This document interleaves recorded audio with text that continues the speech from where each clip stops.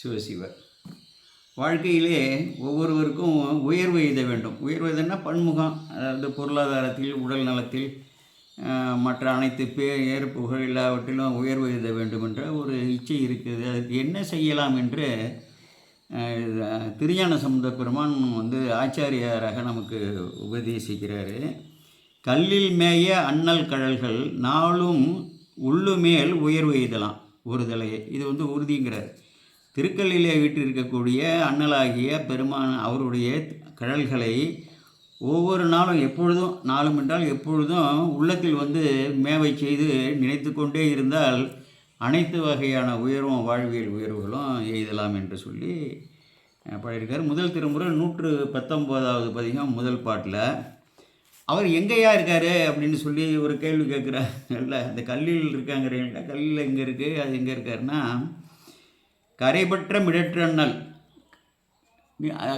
கருணின் அடையாளமாக கரையை மணி போல வைத்திருக்கிறார் இல்லையா, கரைபற்ற மிடற்றண்ணல் அவர் எங்கே இருக்கார், கல்லில் இருக்கார். கல்லில் மேயான் நிறைபற்ற அடியார்கள் நெஞ்சுள்ளானே. அவர் எங்கே இருக்கிறாருன்னா திருக்கல்லில் மட்டும் இல்லை, யார் நிறைவு பெற்று தன்னலம் இல்லாமல் உலக உயிர்களை எல்லாம் உய்விக்க வேண்டும் என்று சுயநலமின்றி பணி செய்கிறார்களோ, தூய்மையான குற்றமில்லாத மனமுள்ளவர்களாக இருக்கிறார்களோ அவர்களுடைய நெஞ்சுளானே.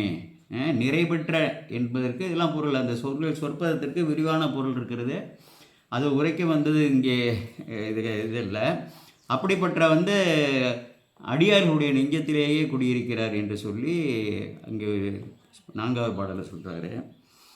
அடுத்தது கடைசியாக புகழ் பேரின்பம் இதெல்லாம் என்னிடம் புக வேண்டும், என்னிடம் சேர வேண்டும். எனக்கு புகழும் இல்லை, லட்சம் பேரில் ஒருவனாக நான் கோடியில் ஒருவனாக பிறந்து இருந்து மறைந்து விடுகிறேன்.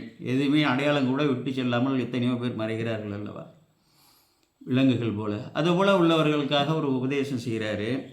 திசை நான்கும் புகழ்காழி செல்வம் மல்கு, 4 திசைகளாலையும் வாழக்கூடியவர்களெல்லாம் போற்றி பரவக்கூடிய அப்படிப்பட்ட புகழுக்குரிய பகல் போலும் பேரொழியான், பகல் போன்ற பேரொழியாக விளங்கும் அந்த பெருமான் இருக்கார்ல. இதை ஞானசம்பந்தருக்கு ஏற்றிருக்கிறாங்க. அவர் தன்னை அப்படி சொல்லிக்கொள்வது அவ்வளவு ஏற்புடையது இல்லை. ஏன்னா இது மிகவும் உயர்ந்த ஒரு பொருளுடைய பதமாக இருக்கிறது. பகல் போலும் பேரொழியான் பந்தன் என்று சொல்கிறார். அந்த பெருமானை பற்றிய ஞான சம்பந்தனாகிய நான், அவருடைய திருவடிகளை பற்றிய பகல் போலும் பேரொழியாக இருக்கக்கூடிய பெருமானின் திருவடியை பற்றியுள்ள ஞான சம்பந்தனாகிய நான் நல்ல முகைமேவு முதிர் சடையான். அந்த சடாமுடி இருக்குல்லையே, அதில் நிறைய வாசனாதி மலர்கள் எல்லாம் மேவி இருக்கக்கூடிய சடை உடையவன். அந்த பெருமான் எங்கே இருக்காருன்னா திருக்கல்லில் இருக்கார்.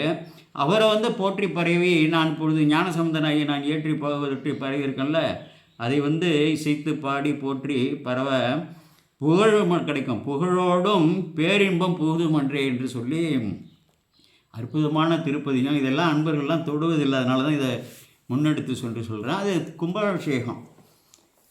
அது எங்கே இருக்குதுன்னா திருக்கல்லுங்கிறது திருக்காண்டலம் என்று அழைக்கப்படுகிறது. ஊத்துக்கோட்டை தாலுக்காவில் திருவள்ளூர் மாவட்டத்தில் இருக்குது. தொண்டை நாட்டு திருத்தலத்தில் ஒன்று.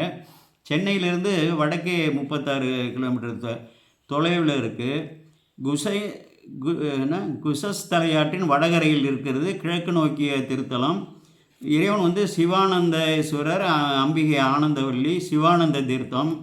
கள்ளி அங்கே தலவிருட்சமாக இருக்கிறது.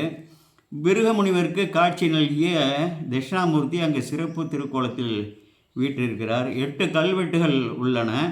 சோழர், பாண்டியர், விஜயநகர பேரரசு கால கல்வெட்டுகள் எல்லாம் உள்ளன. இந்த தகவல் எல்லாம் தருமபுரம் பதிப்பில் கூட இல்லை. இந்த ஜீச முரளி என்ற அன்பர், அவர் பெரிய திரு தொண்டு செய்திருக்கிறார். அவர் தமிழக சிவத்தலங்கள் என்று பதிப்பித்திருக்கக்கூடிய இந்த நூலிலே இருக்கிறது. ஒரு பெரிய நூல். தமிழகத்தில் உள்ள அவ்வளவு முக்கியமான பாடல் பெற்ற, பாடல் பெறாத, அதாவது மாவட்ட வாரியாக, தாலுக்கா வாரியாக, வட்ட வாரியாக பதிப்பித்திருக்கிறார். அதிலிருந்து தான் இந்த கருத்துக்களை எல்லாம் எடுத்தேன். அந்த ஆலயத்தோட கும்பாபிஷேகம், மகா கும்பாபிஷேகம் 4 கால யாக பூஜை நிறைவில் 25/3/26 புதன்கிழமை காலை 9 மணிக்கு மேல் அங்கே நடக்கிறது. அன்பர்கள் காலையிலேயே அங்கே போய் சென்று விட வேண்டும். 4 காலம்னா பூர்வாங்க பூஜைகள் அதற்கு முன்னரே ஆரம்பித்து விடுகிறார்கள். அன்பர்கள் எல்லாம் யாகசாலை பூஜை என்னவென்று தெரியாமல் பல மக்கள் இருக்கிறார்கள். அங்கே வந்து பெருமானை வந்து அந்த திருமேனிகளை எல்லாம் கடத்திலே வந்து ஏற்றி அங்கே கொண்டு வந்து அற்புதமாக இந்த சிவாகம பூஜைகள் அடுத்து 12 15 வருஷம் 25 ஆண்டுகளுக்கு அப்புறம் எப்போ கும்பாபிஷேகம் ஆகுதோ அப்போ தான் அங்கெல்லாம் நடக்கும்.